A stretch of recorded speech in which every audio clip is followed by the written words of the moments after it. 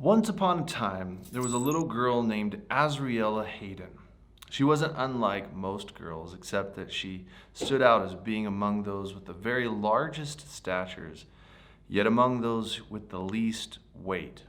She was long and lean, and most admired her for this. Others, though, saw this as a weakness and an opportunity to attack her. One day, while Azriela was swinging in the playground near her house, a little girl came and stood in front of her, blocking her from swinging. Azriela loved swinging and pumping her feet towards heaven. Every once in a while, she would kick her feet very fast, the very height of her arc, and pretend that she was walking on clouds. It was one of her most favorite things to do. Everyone in her family knew this about her, and therefore she was rather confused when she was forced to grind her heels into the pea gravel, spearing bits of rock all around in order not to hit the girl standing in front of her. Azriela had been pumping her legs for at least the last 5 minutes to get her feet as high towards heaven as possible, and rather than exploding into the joy of kicking her feet in the clouds, had now to dig her heels into the earth to keep from hitting the little girl in front of her. Digging her heels into rough gravel was not as much fun as kicking her feet up in the clouds. Azriela's heart felt like it had bumped its nose into a solid brick wall. She was a happy little girl, though, and she consoled her heart with its watery, stinging eyes, as most eyes do when one's nose gets bumped, saying, "We will not see this little girl as bad for blocking our heart's desire. I'm sure she simply doesn't understand the process of swinging. I know I didn't when I was her age and got pummeled to the ground by Andy Brinkwalter 2 days after I learned how to swing. Heart, we will look on this little girl with love, even though our nose got bumped." You see, noses are quite a bit better at smelling than they are at seeing. Although Azriela's insight was most loving and innocent and would have been true in any other circumstance, here it couldn't have been any further from the truth. The little girl blocking Azriela's swinging had hazel brown hair, cornflower blue eyes, perfectly white teeth, and the most radiant, shining complexion that any little girl could have. Some even said her appearance was angelic. She was the perfect height, the perfect weight, neither too tall nor too short, nor too heavy nor too light. And she thought of herself as being the very image of perfection. Everywhere this little girl had appeared, she said her name was Lucy, but this wasn't the truth at all. She had been showing up in all manner of places and times ever since boys and girls had been, and taking all kinds of forms and names, none of them consistent, and yet all of these appearances had the same purpose. She loved blocking Daddy's little children from expressing their heart's desires towards heaven. You must understand that Azriela didn't learn to love swinging on her own. Her love of swinging had been given to her by her daddy when she was still just a little baby. Truth be told, though, if she had been able to remember, she had actually learned to love swinging while she was still in her mommy's tummy. But most little girls can't remember back that far. It's too dark and glum for them to see. Azriela's first memory of swinging was in her daddy's arms. She was sad about something, and when he swung her back and forth and made swishing, whooshing, shushing noises in her ear like wind through an aspen grove, it made her feel so calm and loved. When Azriela would swing in the playground, the air rushing past her ears, it reminded her of her daddy, and she loved it. That's why Azriela really loved swinging, although she wasn't aware of it in her mind like adults are, but Lucy knew. "Why are you swinging?" Lucy asked while twirling her hair with a pudgy finger and batting her eyes. One of her most powerful tactics was to be cute and innocent and ask questions. "Because my daddy," said Azriela. "He loves me and makes me feel so good and calm, so I like swinging and pumping my feet towards heaven." "Your daddy loves you?" "Oh yes, he always makes me feel so good and loved and safe and beautiful, and no, he doesn't." Lucy interrupted Azriela mid-thought. The eyes of Azriela's heart started watering and stinging. Her nose had gotten bumped again. Huh? What? Why did you say that? She asked. Because your daddy doesn't always make you feel good and loved and beautiful, said Lucy. She had stopped twirling her hair and batting her eyes, but Azriela couldn't see this because of her watery, stinging eyes. Lucy's eyes, however, started to narrow as she saw that her plan was working. Has your daddy ever made you feel scared, vulnerable, cold, and alone? While everything in her didn't want to consider what Lucy was saying, Azriela's heart began to nod. Wait, has Daddy ever made me feel like this? Azriela started running around in the chamber of her heart, looking at pictures, reading notes, listening to recordings of her hearts and her feelings, and watching little videos taken by her memories. Suddenly, she stopped short. There was a memory of Azriela's heart feeling scared, cold, vulnerable, and alone. And she heard her daddy's voice, although it sounded a long way off and she couldn't remember what he was saying. She couldn't see him, and in her memory she felt so cold and out of control and exposed and naked and vulnerable. Did her daddy know she felt like this? Was he doing anything to make it better, or had he caused this? Sniff, sniff. The nose of Azriela's heart was running as a result of getting bonked once too many times. Aha, Lucy thought to herself. She could see her plan was causing Azriela to begin to believe her daddy was bad.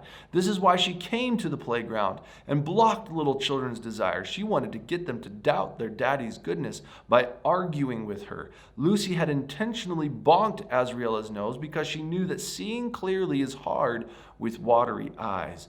Azriela kicked and fought in her heart against this memory. My daddy is not bad. He didn't make me feel scared. Azriela's heart kept swinging back and forth from believing her daddy was good to wondering if he was bad, and Lucy kept pushing more and more lies. Lucy smiled slyly, seeing that her plan was working. Yes, he did make you feel scared. You know he did. You're wrong! My daddy loves me, shouted Azriela. She could still see her daddy's face in her heart's memory because her eyes were watering too bad. Sniff, snuffle, sniff. So the nose of Azriela's heart was running so hard now it was working overtime to keep up. Lucy was no longer standing in front of Azriela, but was circling round and round her, whispering things Azriela couldn't understand in her ears that sounded like wind, trying to get Azriela to think about her daddy and attach her thoughts to Lucy's whispering. You were cozy and calm, napping and rocking, and then your daddy came and pulled off all of your clothes. You left you alone, exposed, cold. You couldn't see him. You were scared. He did this. Your daddy did this. You know it's true. Listen to me. You're insecure about your weight. If you listen to me, you can be like me, perfect, happy, fulfilled, whole. That's why I stopped you from swinging. You know it's true. I'm good, and your daddy is bad. The weight of what Lucy was saying began to sink into little Azriela's heart. She saw what Lucy was saying. Is my daddy bad? She thought. I do have this memory. My daddy did cause these things. Does my daddy love me? Azriela's mind was swinging slower and slower and was coming to a stop on a decision about her daddy. Lucy saw that Azriela was perched on the very verge of believing that her daddy was bad. Lucy knew full well that her daddy thought that Azriela was perfect. She had heard him say so herself. Daddy had only been serving Azriela by changing her dirty diaper when she had no ability to help herself. Lucy had heard everything that Azriela's daddy had said to her, sang over her, and saw how he warmed each wipe before he used it so that he wouldn't be cold and uncomfortable in serving her. But Lucy was an excellent deceiver. Lucy went in for her last lie to push Azriela over the edge to believe her daddy was bad. Azriela, don't worry about your daddy being bad. He's not your daddy, she said while pushing her. Azriela began to swing gently. Sniff, snuffles, sniff. The nose of Azriela's heart began to bleed.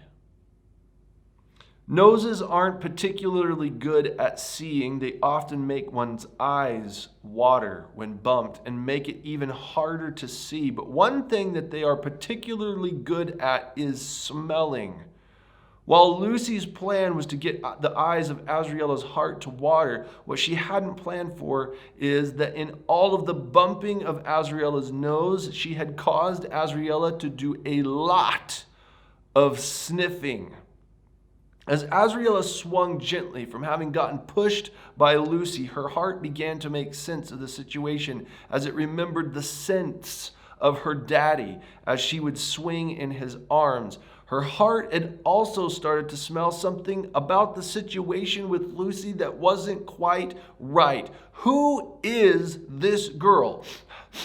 Why is she so intent on making me believe that my daddy is bad? Sniff, snuffle, sniff, my daddy loves me. Sniff, sniff, sniff. I love swinging with my daddy. He taught me that. And then a thought came to Azriela. It started out as a suggestion in the very back of her heart. A little thought, but it started to grow in clarity until it looked like a great big billboard on the wall of her heart.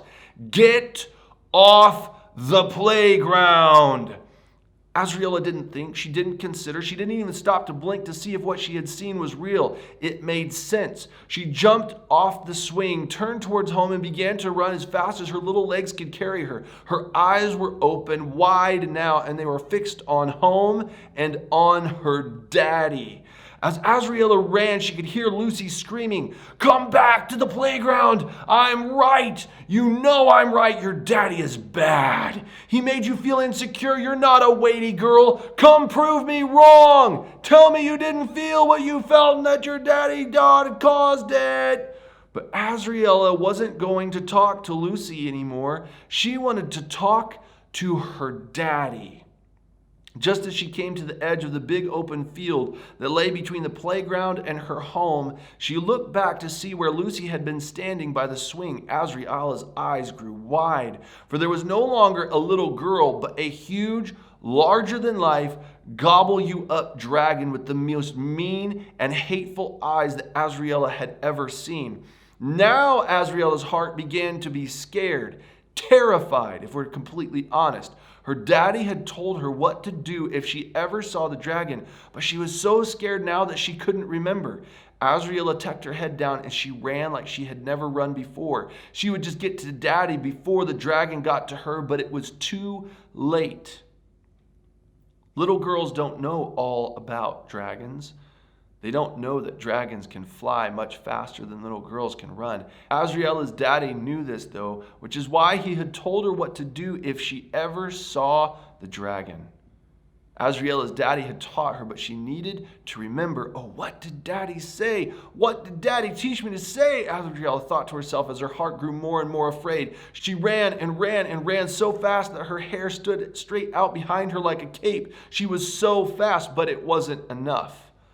Lucifer, the dragon, is much more powerful than little girls, even big girls like mommy. But there was one thing that the dragon didn't know about little girls. They belong to daddy. Though dragon and all of his servants are more powerful than little girls, 80 bushels, dollars, gold stronger, little girls are crowned with glory and honor and have everything placed under their feet by daddy. The dragon saw that Azriela's little heart was so afraid that she was almost about to faint. He smiled to herself as he let her run into the middle of the open field. She may have had a chance on the playground, but she hasn't a chance in hell against me in the open field of battle, he roared. Azriela was halfway across the field when Dragon thundered to the ground. In explosions of fire and billows of smoke, his eyes flashed with hatred, and he roared, "You will never escape me! Your father is bad, and he has never loved you! Come be my slave, or I will devour you!" Azriela slid to a stop and could only muster enough strength to stand, though not enough to keep her knees from knocking together like coconuts at the top of a palm tree in the middle of a hurricane. Her eyes were burning and watering from all the smoke, and her nose could only smell smoke. What did my daddy teach me, she thought to herself. What did he teach me to say? Dragon slithered toward Azriela, his scales plowing up the earth like a field about to be planted. He could see the fear in her eyes, and he fed off of it, sowing more and more seeds of fear. "You know that my power is greater than yours, don't you?" he said in a whispered chuckle that made the ground shake. Azriela was done talking about the finer points of lies from the dragon, and she said nothing. What was it? What was it? What was it? Her little mouth fumbled and shook and fiddled as she tried to hear what her heart was saying. Daddy had put his words there, but Azriela was having a hard time hearing them. Dragon thought her shaking was fear and took it as his moment to strike. "Come with me or die," he said. And that's when Azriela's rememberer told her what to say. No. Dragon backed up, although just slightly, because he was taken aback. He hadn't been moved. He had been moved by what she said. He was in complete and utter disbelief. "What did you say?" Azriela knew what she had said. It was what her daddy had taught her to say. Her knees stopped knocking and her heels began to dig into the earth of the field, although for some reason this time it reminded her of the feeling that she got when she kicked her feet in the air while pretending to walk in the clouds, pumping in her swing, arcing towards heaven. The dragon saw her standing more and more firmly, her head drawing down as she took in deep breath, eyes locked on his while rolling to the top of her sockets, eyebrows lowering like the gates of an armored battlement, growing with the ferocity that made him shake clear to the end of his tail. And then she opened up her mouth. Dragon heard, no, saw, no, felt, no, experienced the force of Azriela's voice as she spoke, yet shouted, yet roared, yet whispered in punctuated authority, "I said no." Then she leaned her head back towards heaven and screamed, "Daddy, I need you!" Dragon tied himself in knots while trying to get away. Azriela had never seen such a silly dragon. Her daddy was right. He was very scary and had gobbled up many little girls, but Lucifer was no match for Daddy's words in the mouth of this little girl. And Azriela started jumping up and down on Dragon's head with all of her 18th percentile weight. Never had Dragon felt such a gloriously weighty little girl with such a slight build to her stature. Dragon's head hurt so bad. Without warning, Azriela's daddy suddenly came out of nowhere, swooped her up in his arms, and had thrown her so high towards heaven that her heart became as light as air, and she kicked her feet as hard as she could back towards earth and his embrace. If that's where Daddy was, then that's where Azriela wanted to be. Little girls, while quite weighty to dragons, are impossibly light to their daddy. While in her daddy's arms, Azriela and he laughed and laughed with joy as Dragon tried to untie himself and flee from them as they stood in the middle of the battleground of the open field. Daddy looked at Azriela, tears of love in his eyes, and said, "You are my little girl, and you're perfect. I love you so much." Though her enemies couldn't see it, and though sometimes Azriela herself couldn't see it, her daddy knew that behind her beauty of quiet gentleness, though she was little, she was fierce.